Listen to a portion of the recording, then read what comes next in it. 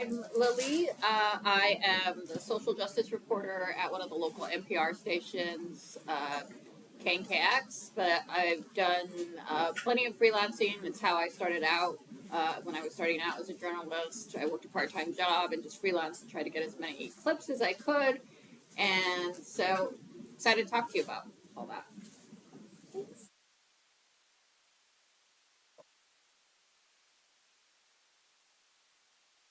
What path led you to journalism, and what role did freelancing play? So I kind of like,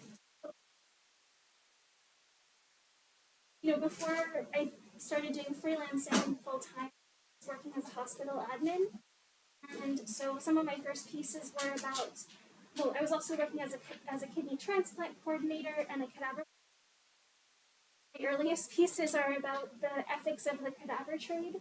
It's an extremely unregulated industry, and the writer series that came out in like 2016 or something, like did not at all cover everything it needed to. Like there's a lot more about it that's terrible. So that was kind of like my very weird to journalism, just like seeing like all these stories about specifically medical ethics that just aren't covered. Sorry, that's a terrible word to use these days.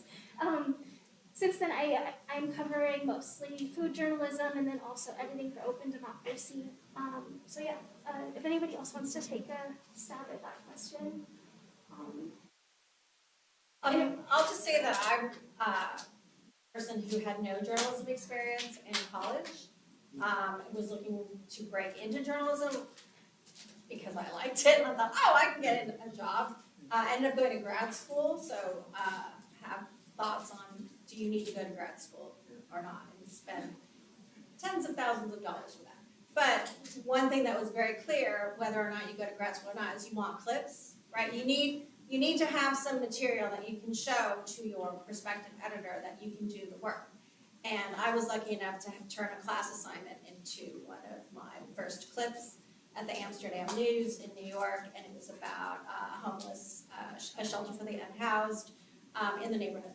It was a class project, I pitched it, and I think to what Sabra was saying is you don't have to wait until you're out of school to pitch a story, especially, and I'm sure Mark has a lot to say, but especially if it's a hyper-local story, right?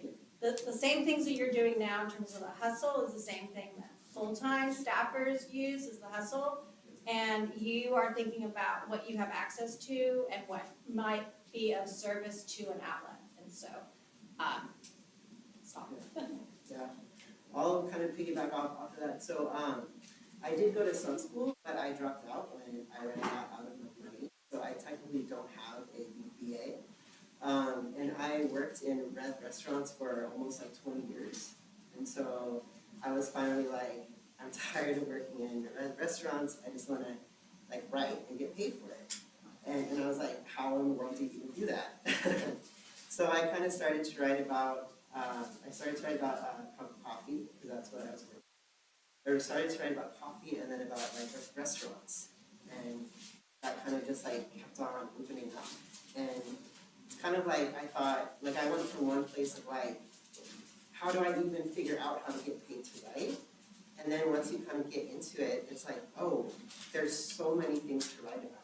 And there's so many. So that was really right. But it took a while to get there. Yeah, I have a similar story. I was in a grad school for religious studies or theology.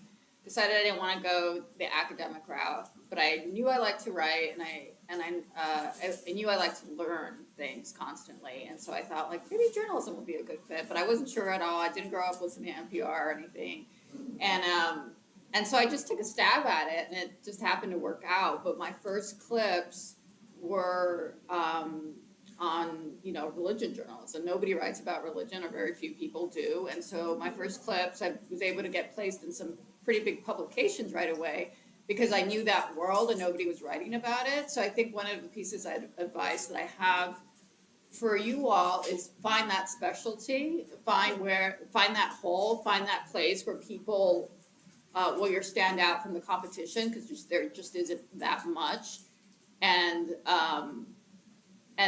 pitch in that area, and then you can expand from there. But that was, you know, I was surprised at how easy it was to place those stories. And again, it was because nobody was paying attention to that. Yeah, and say that in your pitches too, like regardless of your level of expertise or I mean your level of years working as a journalist, like definitely let the editor know like the amount of investment and knowledge that you have in this unique space is something that the average staff writer is not going to have the time to invest. So they're like, just think about like what is your niche expertise, and whether or not you're a staff writer, like, Lily's going to talk about this more later, like how to navigate pitching if you're already a staff writer or editor and you want to write outside of kind of what your assigned beat is. Just to piggyback off of what they said, I would say finding a niche. While I have been in journalism mostly my whole career, I did it prior to college. I would say that I grew up in this area, and so what I found and what I still find is that my niche is like the Latino community, being part of the Latino community, and just knowing things. I remember I won an award for writing about Latinos and mental health during the Trump administration, and I think you were there at my award ceremony. But yeah, I won an award for that, and it was just a thing that I was able to kind of pick out, and nobody was writing about because I knew people in the community. I knew that this was something that was happening. So yeah, pick a niche and go for it. To build a sustainable career as a freelancer, I don't know how you feel about this, but I have revenue streams, and I really have to think of it as as a business. So especially when I'm getting a lot of rejections, which has actually happened recently a lot because of so many layoffs. Like never before have I gotten rejections where they said, we love this, but we can't take it because we just laid off so many editors and fact checkers. And that's a really scary position.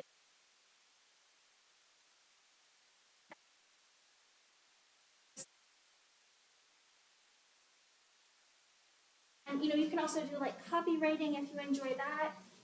There are just like so many different facets, and you can also use like your,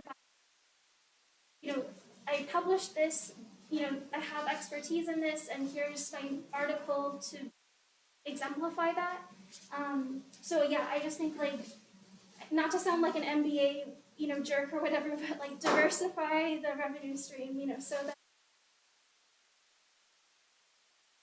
the fickle nature of the media industry. I would agree. Diversify, do anything and everything. I have a Substack that, I try to write at least once a week. Sometimes that doesn't happen, but it's there, and I've gotten, subscribers, and it's really cool to see people that like the way I write, like what I write, and are interested in not just what I write, but what I think, what I'm observing. You think people don't, you're like, who wants to listen to me? But probably somebody does.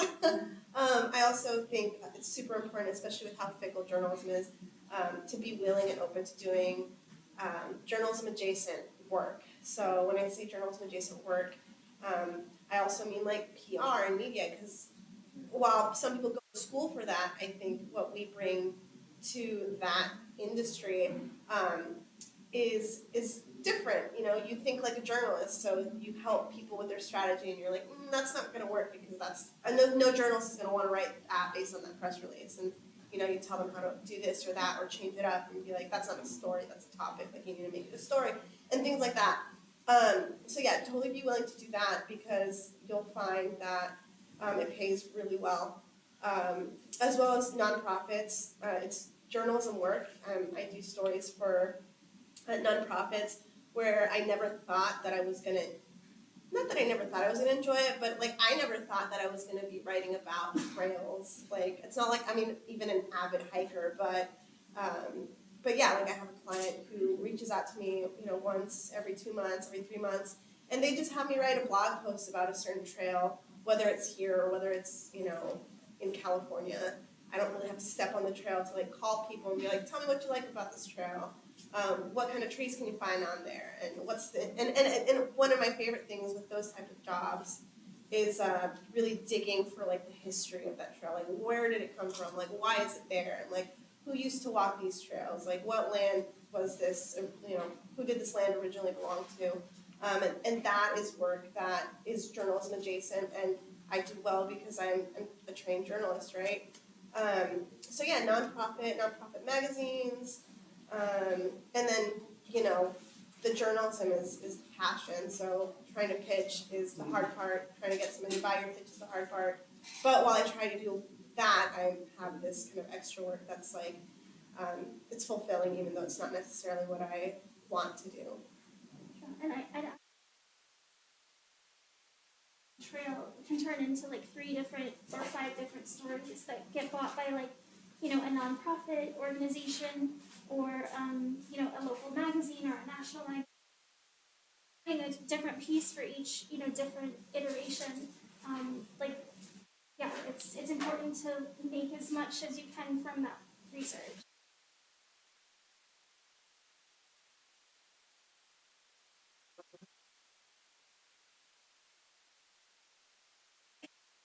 I mean, one thing I would add would be that, you know, I always, let's see, I freelanced for 2 years in Los Angeles when I was starting out. And what I did to make that sustainable was I worked a part-time job at, there's this show called Marketplace, the business radio show or whatever.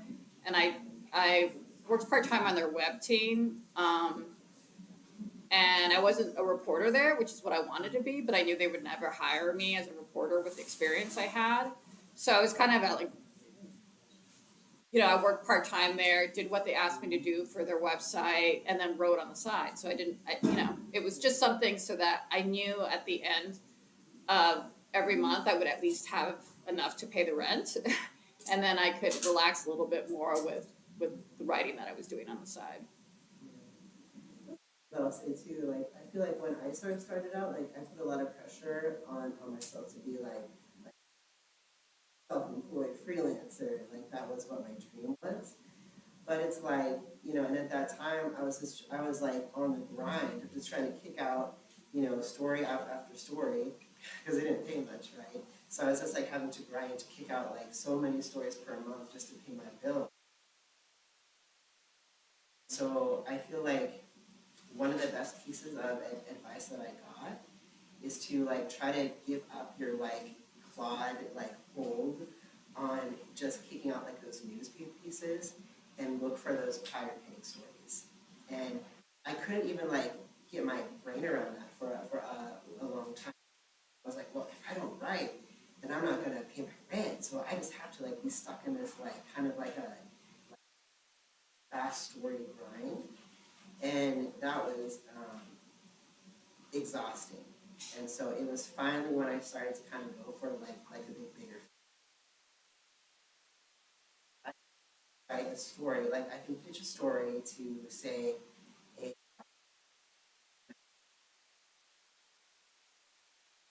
that's incredible. Like I had never got paid that for a story. Like that changed my whole world. And it was like, okay, cool. So if I just focus on the bigger paying ones, then I don't have to be like just completely chained where my like focus is like right here, and I'm trying to just like dash out like as much content as I can. Yeah, sorry. Yeah, I would add to that totally. It's not, no one's above having a second job. When I was started out freelancing, I was slinging pizza, delivering pizzas for a pizza joint, and it helped me get by. It was just on the weekends, and it was, you know, with tips, and the company paid pretty well, that like I could focus on writing and doing all, you know, figuring out what freelancing looked like for me Monday through Friday, or I guess Monday through Thursday because I worked Friday through Sunday for the pizza place. Negotiating is something that, you know, the person ask for a higher rate is that the editor says no. And then the other worse, the even worse thing is that they get offended and then cancel the piece or don't work with you again. But that's not an editor you want to work with anyway. You know, someone who's going to be that rude. Yeah. I would just say, what Lily was saying about, you know, realizing that, place where she was working at this public media show was probably not gonna hire her as a reporter, so I'm gonna go in and work on the website. Is a really smart, tactical way to get in.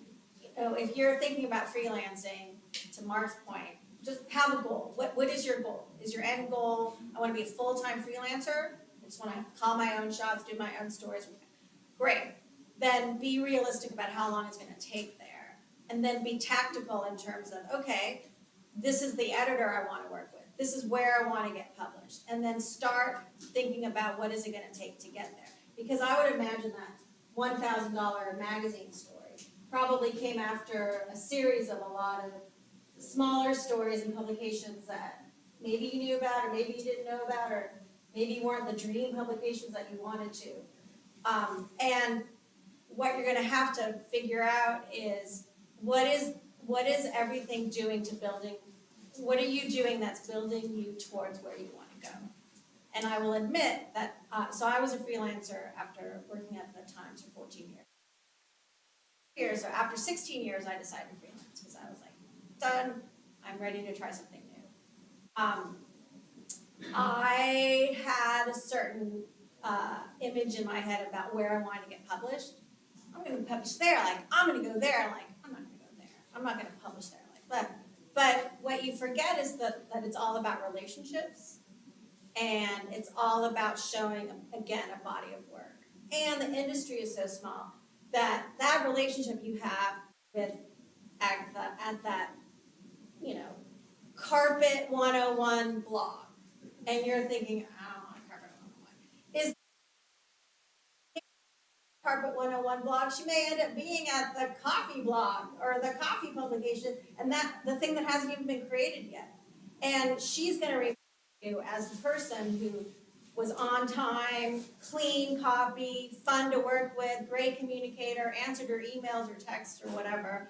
And when she moves to the next place, she's gonna have that relationship. And I will tell you, as somebody who's been in Seattle for a long time, it really is about relationships. And my best freelancers were, the relationships were that I knew exactly. That when I moved around, because I have moved around a lot, it was about relationships. And I've actually kept in touch with students because I used to teach as well. So it's really about thinking, you know, find a freelancer or a writer who you really like, or a radio producer, because the other thing I would suggest is, one thing that sustained me was I moved into radio. So I went from print to audio because I felt like it was important to have different skills. Is that you have different skills in your pocket so you could like pitch to different places. Oh my gosh, I lost my train of thought. Relationships, knowing that's why I'm spending more writing to do. Sorry. It's all about relationships. Talking about like knowing where you want to go. And never just miss the opportunity. Oh, you have say you like, I want to be like Mark and be a full-time freelancer. Well, find out from Mark favorite editors. Because right, everybody who writes in here knows that it's the writer, but it's really the editor, right? I mean, the editor is so important, or the editor in audio. It's that team effort of really knowing and how you're gonna grow. And so if your goal is, I wanna be a better writer, then maybe the best editor out there is an application that you've never heard of. But that relationship, that what you're gonna do in terms of growth or the final product in terms for your portfolio is gonna be excellent. So think about those things as well. Oh, we're gonna do questions at the end if we have time, yeah. But I was just gonna add, like, you know, building that rapport with editors also comes with rejections, because I know a lot of freelancers for whom like a 10% acceptance rate is considered good. So until you're getting like your 12th rejection, like, or until I get my 12th rejection, that's the point at which I'm like, okay, I need to reassess. Do I need to table this? Maybe pitch it next year again? Or maybe I just want to self-publish on Substack and not, you know, just get it off my desk and out of my head. But every rejection you get from an editor, you want to say thank you. I really appreciate it. Keep me in mind if you need someone to cover, how to buy the best carpet. And because every single time you get a rejection relationship and you're showing that editor, I'm good to work with, even though you don't want this specific piece this time.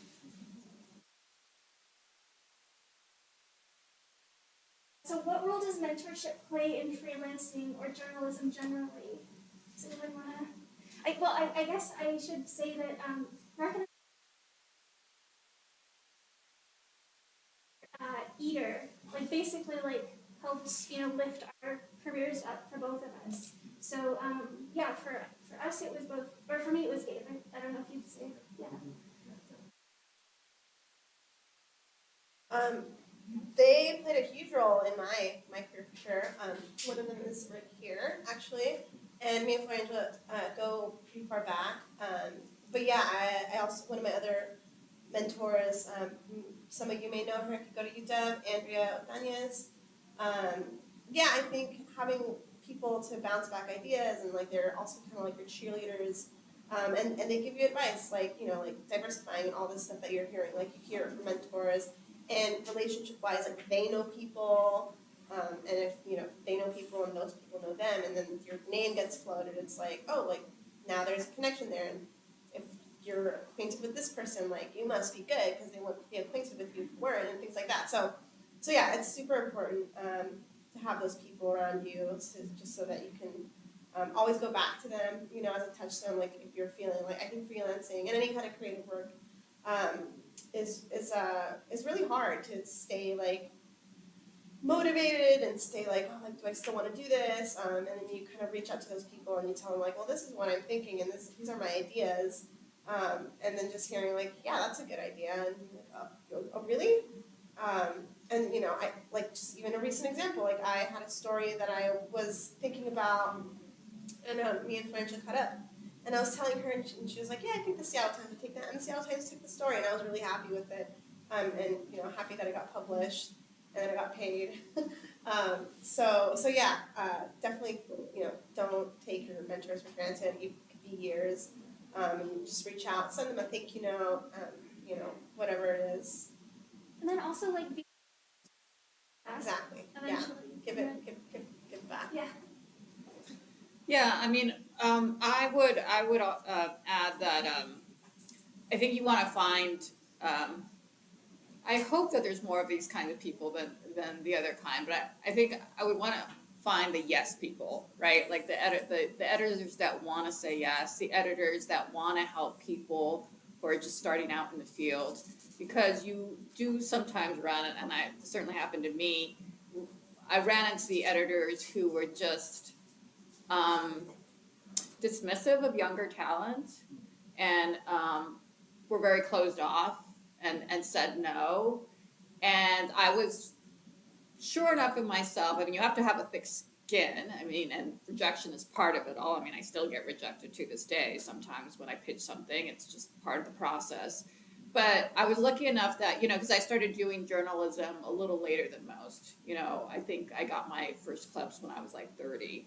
And so I was sure enough of myself that I was able to just, figure that out and think, okay, that person is just not open to working with somebody who has less experience. I'm going to go in this other direction with this other person.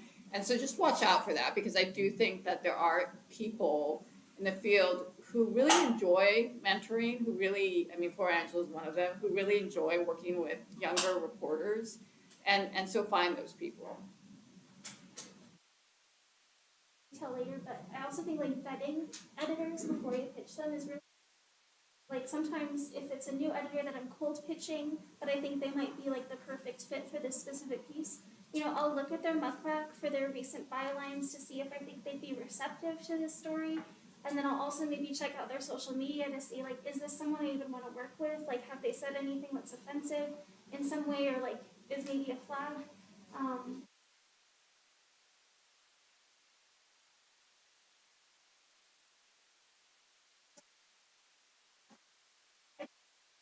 How just so much of what's happening with layoffs and stuff, and just like, Vice, like just all of these outlets, it just reminds me so much of 2008, and it's really scary, and to me it's like the elephant in the room. So I didn't want to like ignore that fact. But I mean, I think also like if you do get laid off, like having having the skill set to freelance while you figure out what's next is really good. And it keeps you sharp and ready for, your next staff writing job if that's what you want. So I don't know if anyone, and I did mention the rejections I've been getting are really, really scary because it's like, well, we can't take it because we laid off so many editors and fact checkers. Like, I haven't really gotten that rejection in the past. That's been happening in the last 6 months though. It might be too depressing a topic. Does anyone? The rejection one? Or just like how we're like kind of. I mean, I definitely feel that, although I will say that I graduated right when that recession was happening from from grad school, and still I'm here, managed to, make it through, and it was partly through freelancing for 2 years and having this part-time job, but I feel like the audio industry is going through what the newspaper industry went through back there, where it just felt all like doom and all these layoffs, and now newspapers seem to have be in a more comfortable spot than audio. So hopefully one day soon we'll have where both of those industries are in a good place, but it just I do see. I mean, I think we had this heyday of podcasting where there were just so many jobs out there, and these 6-figure jobs for producing a podcast, and that's definitely gone away some. But I don't know if it's quite as bad as 2000. I feel like 2008 was even worse than it is now. So there's that.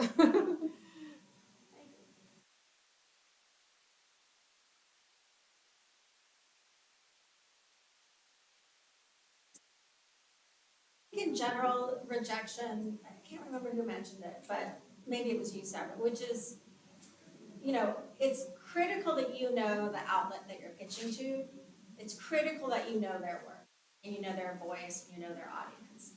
And make sure that your idea is suitable for them, right? It's going to be very hard for you as a freelancer to pitch something that's totally outside their purview. I mean, that's going to be really hard, especially if you're still breaking in.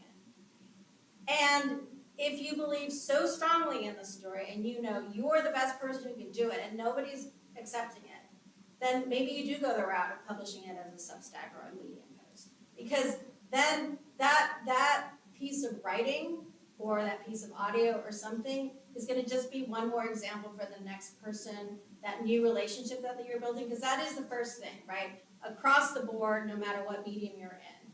First thing they're going to do is look at your body of work, at your portfolio. And they're going to look at it closely. And if you're like me, they're going to think how much editing did this take? Because it's like a recommendation, like when you list your 3 recommendations, those people you list are all going to say great things. And so if you're a really good employer, you're going to go outside of those 3 recommendations to find out what is this person about. The pieces of work in your portfolio are going to be your best work. And they're going to have been edited and fact-checked, and they look beautiful. And yet, but what was it like on that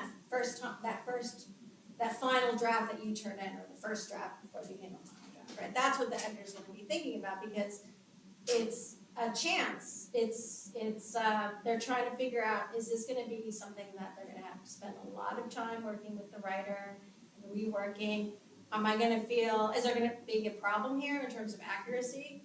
I don't want to publish something that is going to be incorrect. So it is a relationship, and it is investment on the editor's part as well.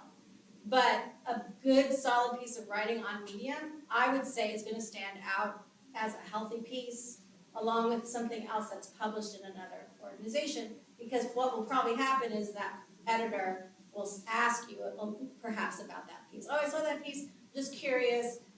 How did you edit it? Did you run it past people? And I would say never hold back. It's fine for work to take. That went through a couple of rounds, but I really learned and grew, and now I think I can do it faster, or whatever the piece is, especially if you're thinking of daily news versus magazine work. So understand a little bit about what your story is and the value that it has, and what service will it have if you include it on your portfolio. Or you realize, this is not going to work after the 12th rejection, and I don't feel like spending a couple days writing this, and I'm just going to move on to something. So But I mean, like, if it's like a story about wildfires or something, like sometimes I'll hold on to it for a full year and start pitching it again the following spring, because unfortunately we have wildfires, every year now. And I'll also say, like, if you do end up just like self-publishing and giving up on pitching, that's totally fine. But I would recommend self-publishing both on Substack and Medium because they have different SEO. And I've had editors reach out to me, like, from, I can't remember, it was the Washington Post. Like, they reached out to me and asked me, like, I saw your Medium, they never tell me that they saw my Substack piece because the SEO for Substack is very different. But I do get a lot of editors that come to me after they've seen something on Medium and they commission me from that. You said you had good points. Yeah, Medium and Substack. Just cross post on both. So what tools do you use as a freelancer? So we're running a little bit short on time because we're going to try to finish at 2:15. Also leave time for questions. So I guess quickly I'll just say I rely a lot on Google Pinpoint, or it's also called Journalist Studio. If you just Google Pinpoint and you sign up for the beta version, it asks you if you're a journalist, just say yes. It doesn't require you can use it with a Gmail account of any kind. It lets me be a newsroom of like 30 or 50 people as one person because I'm an investigative piece that I've been working on for like 5 years now. And I'll get like thousands of records requests, documents, and court records and stuff. And as one person, even if I hired an assistant, like I would never get through those like tens of thousands of pages of documents alone. So Google Pinpoint will like pull the AI, and it's funny because the session after ours is about AI and ethics, I think. But the AI will pull out, keywords or dates or names or something that it flags for me. And I mean, it's not perfect, right? But it'll say like, oh, hey, I think you should look at this section of the document, or you should look at this name. And so yeah, Google Pinpoint, and also it's really, really good for transcription. Like I used to use Otter, but the Google Pinpoint transcription, you can just feed the MP3 or upload the MP3 into it, and like an hour-long MP3 to transcribe or faster. And it's also so good with so many different dialects and accents. Like it has like pretty much every I've used it for like I interviewed someone who spoke Catalan, and like it transcribed like what they said really accurately. Whereas Otter, like if you're not like a guy, like a white in like Silicon Valley, like Otter might not understand you. Like Otter doesn't even understand my voice because I sound like a Disney princess or something. But yeah, it's really accurate. It also even like has also I don't work for Google. Like I'm not endorsing this because of that. I just think it's really fantastic. And it's free in the sense that any Google product is free. But yeah, it also has Dene or Navajo and a couple other indigenous languages. I haven't used it to transcribe that, so I don't know how accurate it is. But it's just a fantastic product that I can't say enough good things about. And then safety. As a freelancer, like you have extra burdens in terms of finances, like whether or not you can get your pre-reporting funded by a grant or something, or if it's out of pocket, if you really believe that it's going to get sold. But then also in terms of safety, I always like turn on my location for like a family that I share my location with. Like last year, I was doing the same investigative project I'm still working on, and I ended up at a landfill during a tornado, like a trash-nado. It was very scary. It was also like a crime scene area, so I was just so scared. And I was like running, FaceTiming my friend, like if I die in this trash tornado, please like come find me. So yeah, I mean there are lots of like safety concerns to consider. And there are a lot of resources too, like joining IRE and other guilds and stuff like SPJ, like building that community. I mean, obviously your safety is paramount, so. Here. Okay, no, go for it. When I first started freelancing, this is like my horror story. I did a new email because I was like, okay, I gotta start new. I can't use my personal email. I did my little freelance email, and like while I was working, I was doing this piece and it was really important to me. And I ended up finishing the piece, so there's a happy ending, right? And like the Seattle Times followed me on the story, it felt really good. But up to that point, I had to delete my account. They deleted my account, I didn't have access to my email, I lost my emails, I lost my transcriptions, I lost my notes. It was horrible, it was terrible, even right now. Ugh. I'm like feeling horrible just remembering it. So after that, like you said, freelancers have financial constraints, but for me it was really important to find something that I trusted. I don't use Google anymore like that. So I actually have my own server for my email, and it's on like a server in Sweden, and it comes included with like a VPN. I also think it's super important to use a VPN, and my emails are encrypted, and I just really put like all my trust in this. I pay for it; it's something I'm willing to pay for because of that horror story. But yeah, so just something to consider if you're considering doing freelancing. That's all to say. Don't completely trust Google. No, I agree with that. Yeah.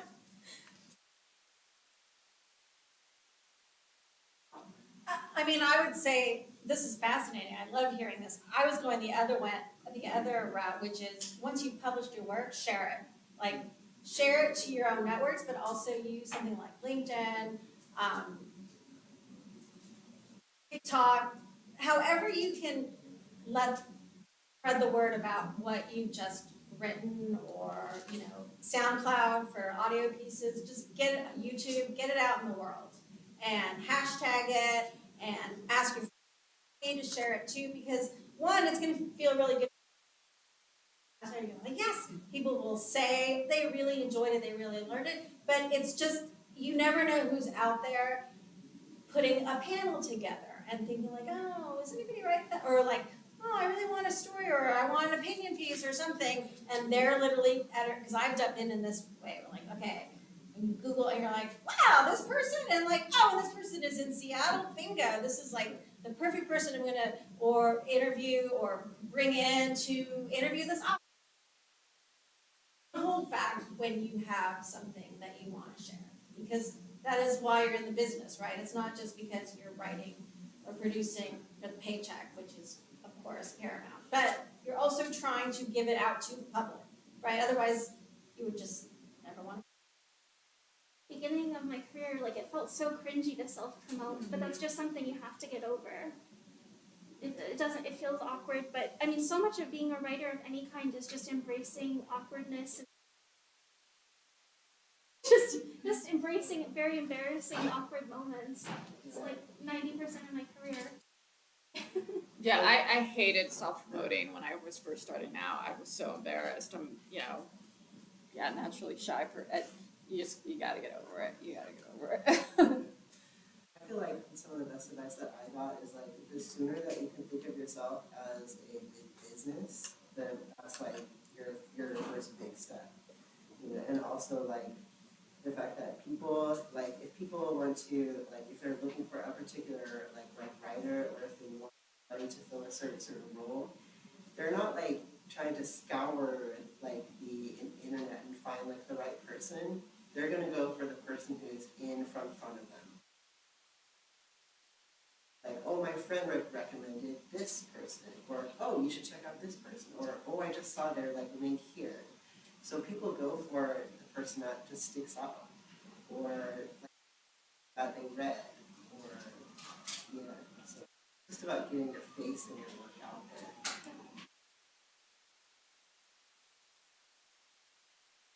I don't want to run over time, but do we have time for a short Q&A? Okay, yeah.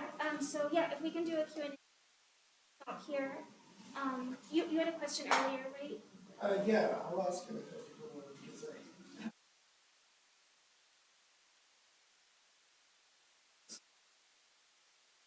how would you develop if you were to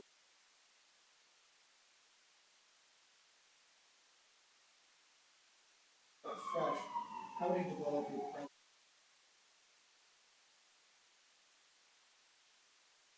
I guess the first thing I'd say is, consider, like, when you're first building your audience, like, don't use paywalls. Consider that, because, like, if an editor, like, for me, I have, like, I'm actually going to take the paywall off of my Medium, because if, like, Florent Hallow was saying, if you have an editor that's, like, somebody, you don't want a paywall to stop them from reading your work. So, that's like one question I'd ask, like, do I want to paywall my Substack but not my Medium, or vice versa, or something like that?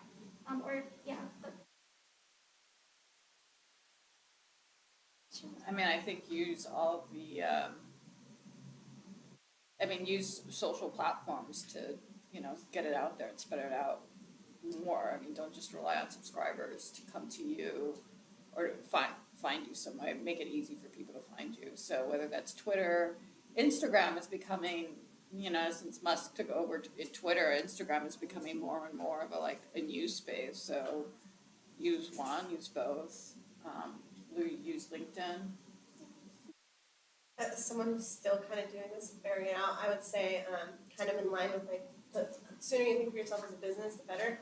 Like, think of your Substack as part of your business and part of your business presence, and like brand yourself. Like, especially now with like all the layoffs and like opportunities are so limited and positions are so sought out. Think of yourself as a brand. Like, think of your brand and don't save yourself for like an employer. Like, save something for yourself, because you never know when that location might, go down, and then where's all the work that you did? And so, like, think of yourself as an individual, brand yourself, and if you do get a job, like, separate that from your work. Like, you do this type of work for, whatever publication you might be working for, but this is what I do on the side. Like, this is me, this is my passion, or this is my brand, and this is, like, what will survive if that goes down, or if I get laid off, or if I decide I want to go. Like, I still have my brand, or, I hate to say brand because it sounds so influencer-y, but it's kind of the best way to say that.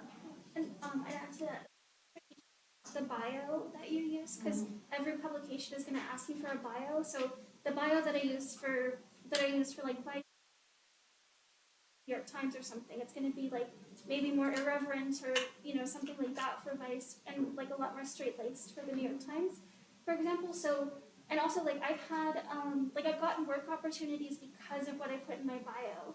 Like, so think of like every single piece that you get published as like a calling card and a step toward what you want to do next, whether that's your next piece or job or whatever.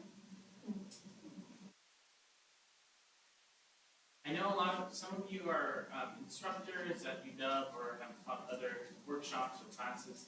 How do you kind of get into that role where, like, either you're asked to teach something, or like you're able to take on like a square at UW, or like even just a workshop or one-off class? I had a friend who was, again, it's all about relationships and building relationships. I had a friend who taught at UW, and I just expressed to her and at somebody else at UW that someday I wanted to teach. And it was years later, and they asked me. I mean, but I'm talking like probably like 4 years later, and then they asked me, and they remembered. Your reputation follows you, and if you can build good relationships and those people remember you and you're good to people, I think, certain opportunities will come to you. I mean, that was really it. I don't know if, and then Florangela was actually the person, she was the news director at KX at the time that I was approached and asked to teach. I've taught one course at UW, only Julia was my student there. Anyway, Florangela was kind enough to advocate for me and give me permission to teach, because that meant starting my workday a little later. And so I was, getting up early, teaching class, and then going immediately to work and covering news. And so, it took not only UW asking, but like, the person at my boss at work saying like, yes, you can do that. You can have that opportunity. So,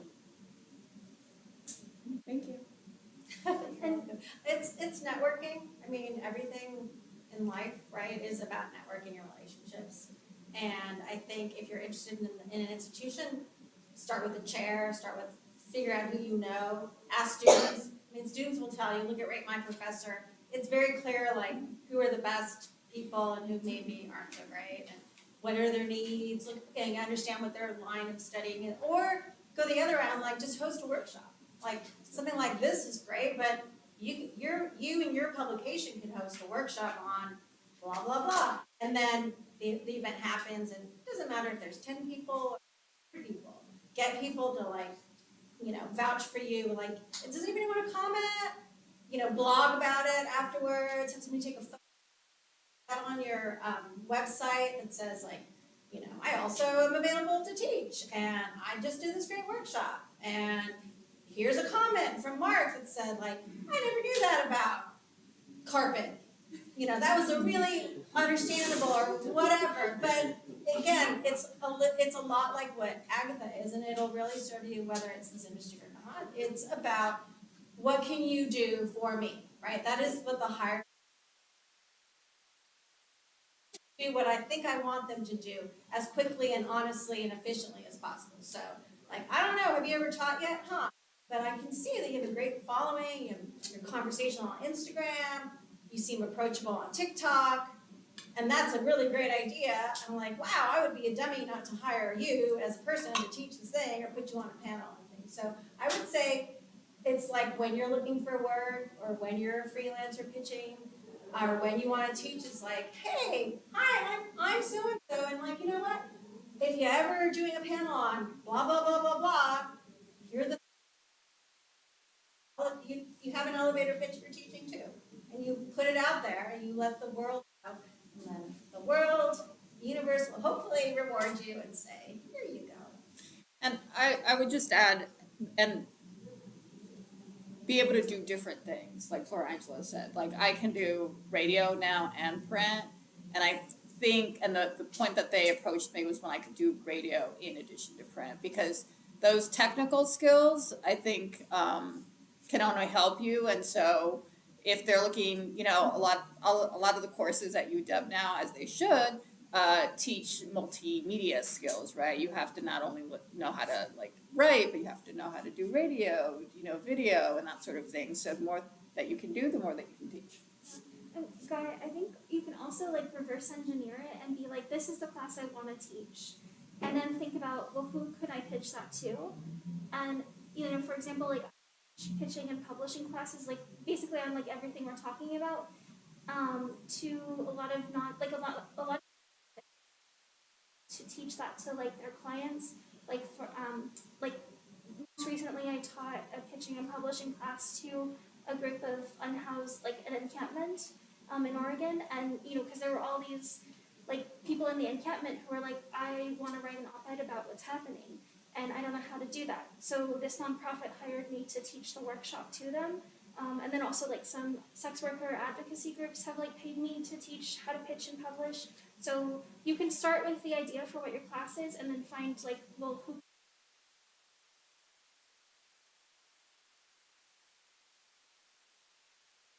Do you ever get imposter syndrome in how saturated the industry is with different niches, and how have y'all overcome that? I can take this one. So for the first few years, because I dropped out of college and I just worked in restaurants.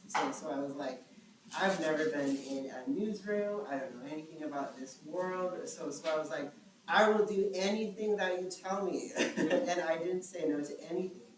So I think like the first piece that I wrote was for free. It's a big mistake. And then like the next thing I wrote was for like $25, and I was like, oh, thank you. And then I just like kept on going, right? And so I feel like my first few years was, kind of like that, but then I started to get paid more.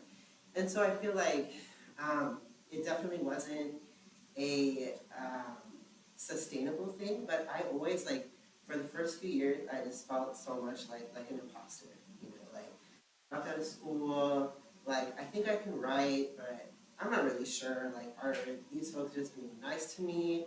I just didn't know, right? And then it was kind of I feel like once I, like it's just kind of like time. And like once you just like put your work in, and sounds kind of dumb, like just put the work in and then it like will actually just disappear. But I guess that's kind of like the only way that I know how. Like you just keep doing like, oh, I remember that I used to feel like I don't anymore. And it's so nice to feel like that lift, you know.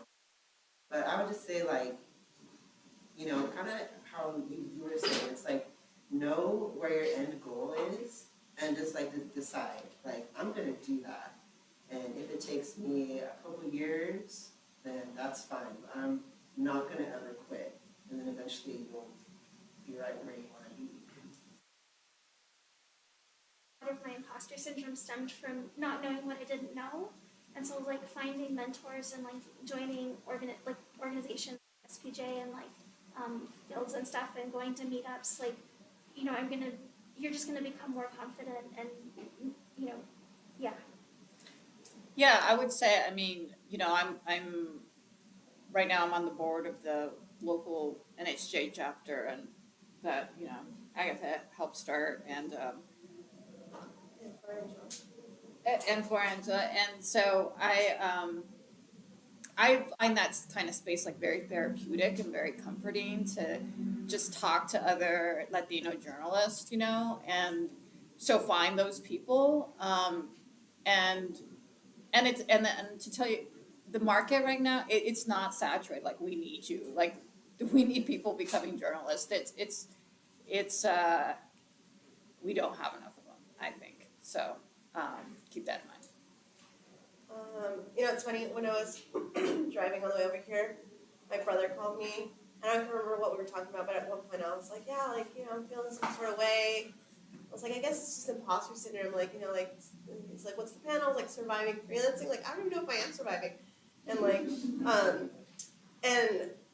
and I was, you know, just that question makes me want to kind of like, you know, say, I don't know, this is my imposter syndrome, fully, like, I'm just like, all over the place right now. It's I think with time, I like to think with time I'll feel better. I think I still sometimes struggle with imposter syndrome. It's gone way better. I think way better. Because I don't think the space of journalism was always meant for me. That's just the reality. Obviously I have some privileges as being white passing and things like that, but there's lots of factors.